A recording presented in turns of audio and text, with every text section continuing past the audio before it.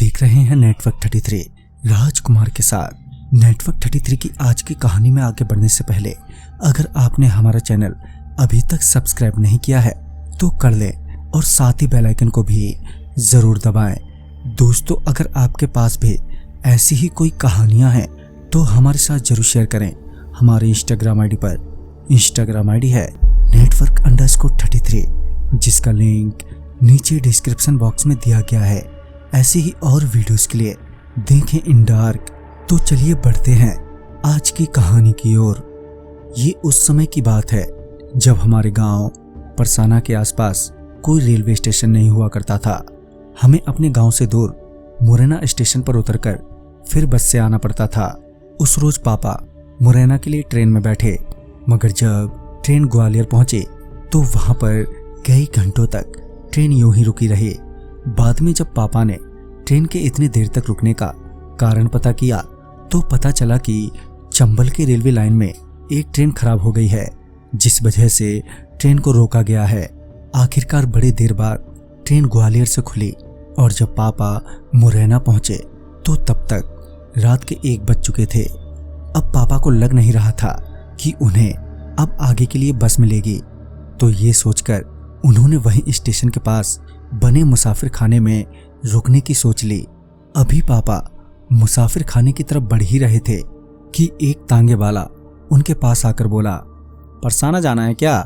पापा ने कहा, हाँ जाना तो है, चलोगे? इस पर उस तांगे वाले ने उन्हें कहा, हाँ हाँ आप बैठिए। पापा ने भी सोचा यहाँ रात बिताने से तो अच्छा ही है कि घर ही चले जाते हैं। लिहाजन पापा उस तांगे में बैठ गए। कुछ दूर जाने के बाद उस तांगे वाले ने रास्ता बदल लिया। चूंकि पापा वहां के हर रास्ते से अच्छी तरह से वाकिफ थे तो उन्होंने तुरंत ही उस तांगे वाले से पूछा, अरे भैया तुमने जो हाईवे को रास्ता क्यों छोड़ दो, जाई पे चलते? इस पर वो तांगे वाला उनसे बोला, हाँ वो इतऊ से रास्ता हैगी तो इतई से चलते हैं। पापा को फिर याद आया कि एक रास्ता उधर से भी जाता है, तो इसलिए वो दोबारा उस तांगे वाले से कुछ नहीं बोले। अब वो काफी दूर आ गए थे। तभी पापा ने उस तांगे वाले से पूछा, अरे भैया एक बात बताओ, वो जो रास्ता में पुलिया टूट गई, बाकी मरम्मत कब भई? इस पर वो बोला, कौन सी वो पुलिया? वो तो अभी टूटी हुई है। ये सुनकर पापा हैरान हो गए। तभी वो पुलिया के पास भी पहुंच गए और जब पापा ने तांगे में बैठे उस पुलिया की ओर देखा तो पाया कि वो पुलिया तो खंडर हो रखी है। पापा ने तुरंत ही चलते हुए तांगे से नीचे छलांग लगा दी। तांगा वाला बिना रुके ही उस पुलिया की ओर बढ़ गया।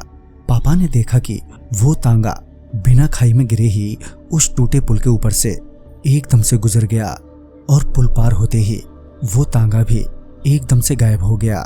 पापा ये देखकर काफी डर गए थे। साथ ही तांगे से कूदने के कारण उन्हें उनके घुटने में काफी चोट लगी थी। पापा वहां से वापस हाईवे की तरफ लड़खड़ाते हुए आने लगे। इसी बीच जोरों की बारिश भी शुरू हो गई।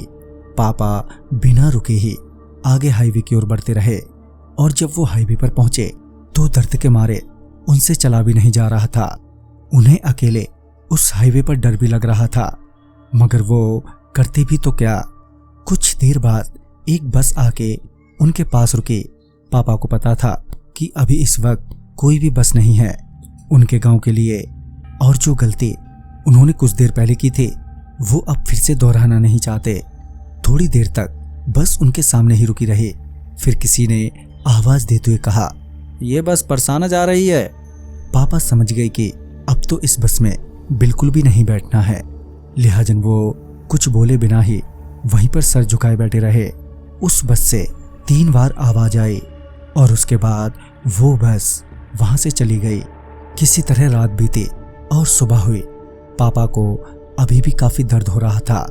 सुबह के 7 बजे उन्हें बस मिली और फिर वो घर पहुंचे।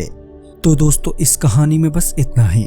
कहानी आपको पसंद आई हो तो लाइक शेयर करें और साथ ही हमें कमेंट बॉक्स में जरूर बताएं। तो मैं आपका दोस्त राजकुमार जल्द ही मिलूंगा आप ही की भेजी एक नई कहानी के साथ। तब तक के लिए बाय एंड टेक केयर।